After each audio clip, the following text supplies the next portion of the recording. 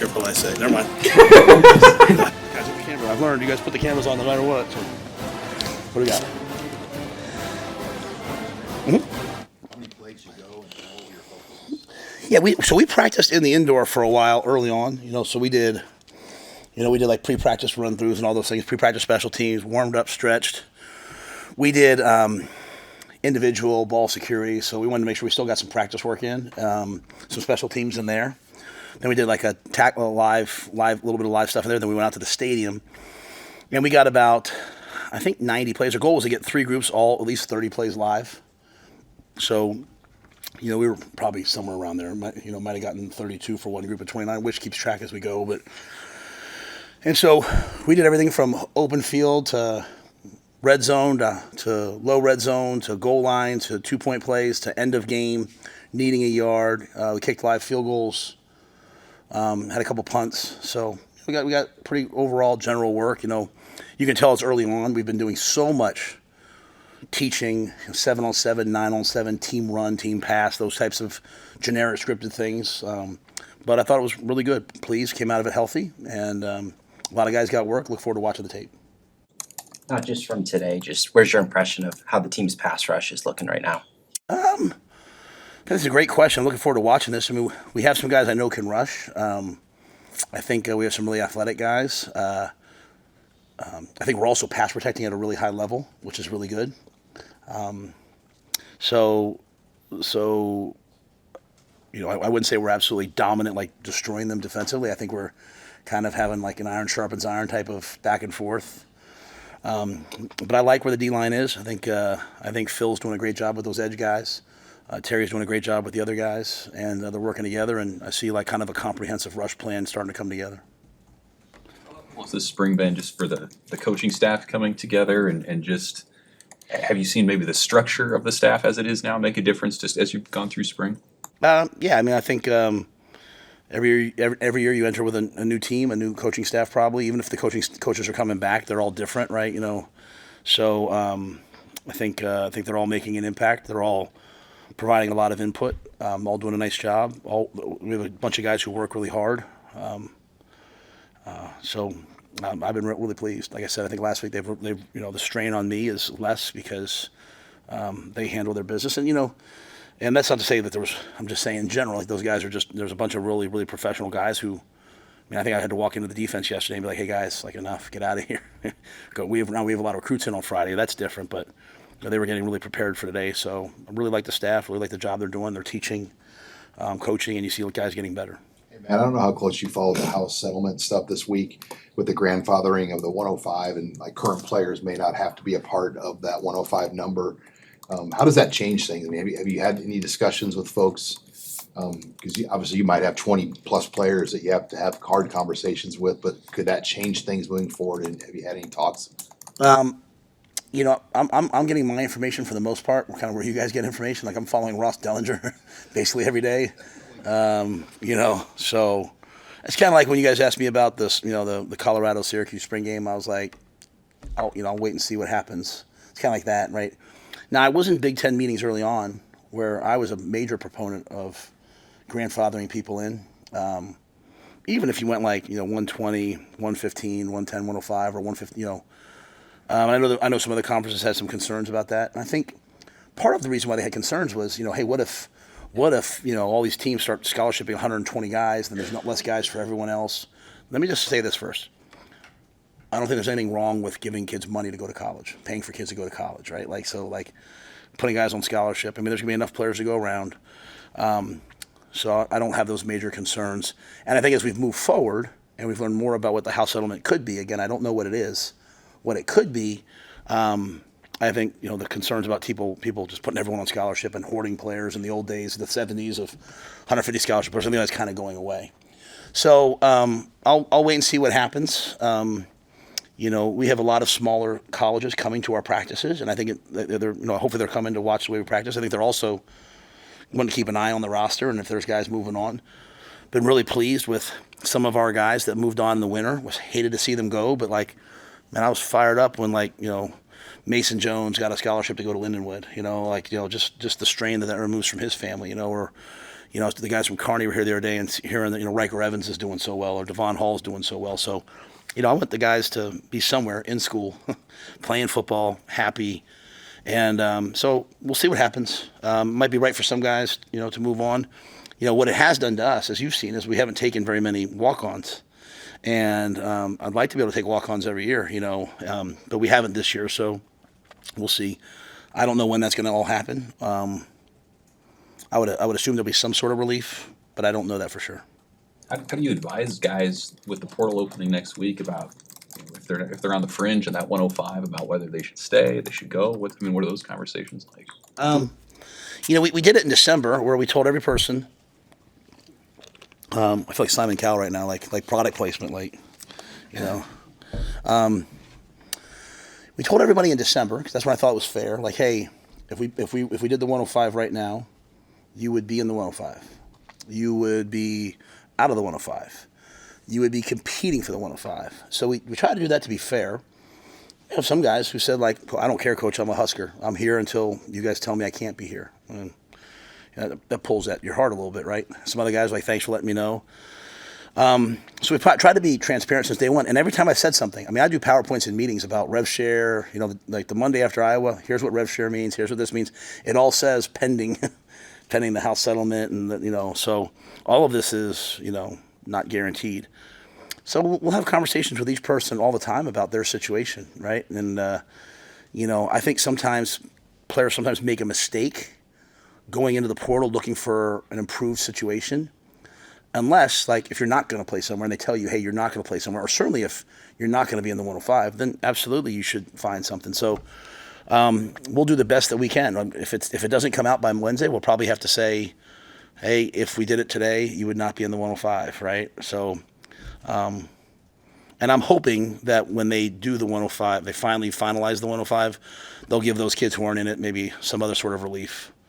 But I don't know. So sometimes I'm reading to see what, you know, the Twitter says to figure it all out, because that's where I get a lot. Now Troy does an amazing job, and but it's still not done, not concrete. Getting back to today a little bit, is there anything in that scrimmage that clicked that you really liked? I liked a lot of it. You know, it's really hard, like, to watch a scrimmage in a 90,000 seat stadium with no one in it. And now it used to be like you could hear the cracking of the pads. Now we wear the Guardian caps, so you hear like this over and over again. So just sometimes you're like, man, do we even want to hit anybody? And then all of a sudden you watch the tape and you're like, oh, that was violent. So I've learned to adjust that. I thought, you know, early on with the offense, they had a lot of like procedural penalties and some things like that early, and then they kind of regrouped and then had some really nice things. I thought early on defensively we were overrunning some tackles. We weren't tracking the near hip, and you know, Heinrich caught a ball on the left sideline, made a guy miss, and went for another 20 yards. And then they started to tackle better. I think the biggest thing is we look like a really physical team. You know, we're blocking, we're tackling, we don't look soft.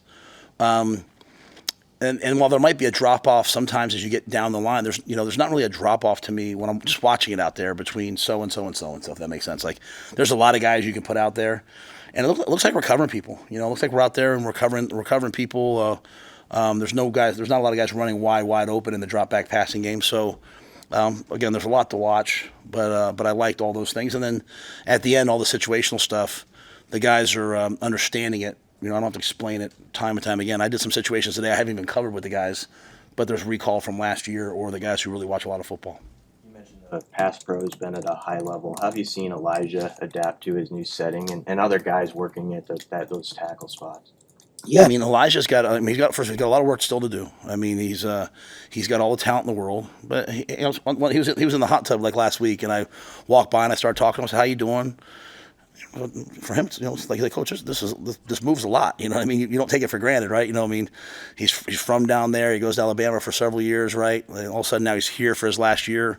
And while he's happy and having a great time and learning and all those different things, it's still a lot, right? So as I said to him, well, you know, you're going to play 12 years in the NFL, and you'll probably be living at some point in your career, you'll probably be living in like Vegas on Monday, and you'll be playing in Atlanta on Wednesday, and you're just going to have to figure it out. So this is good practice for him. So, you know, he's got a long way to go in terms of like continue to learn our stuff, but he's really willing. He's eager. He puts the work in.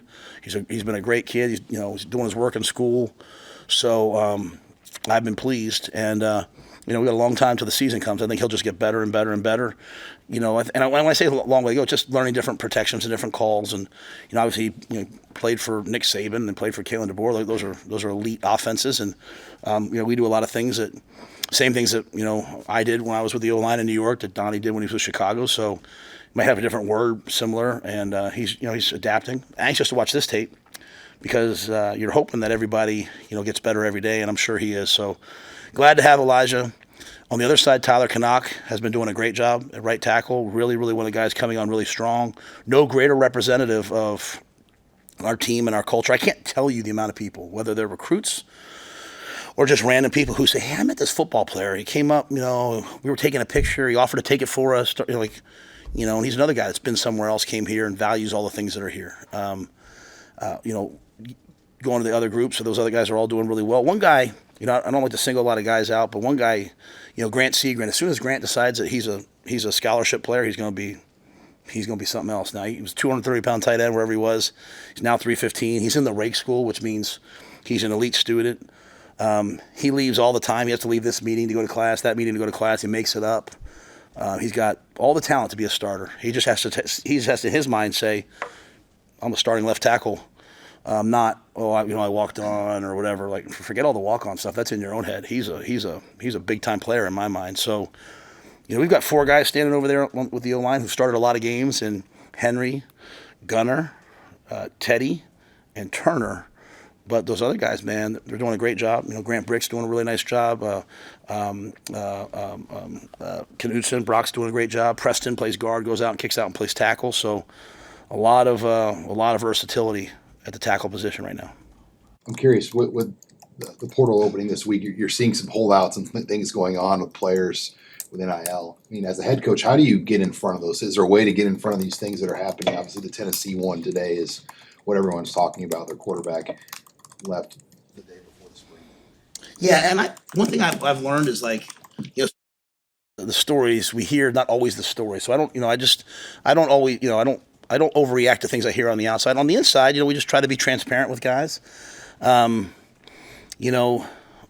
I said, we played the Iowa game, and that Monday I walked in, I said to the guys, listen, everybody has the right to make the best decision for them. I just asked 2 things. That A, you make the decision based on the right information.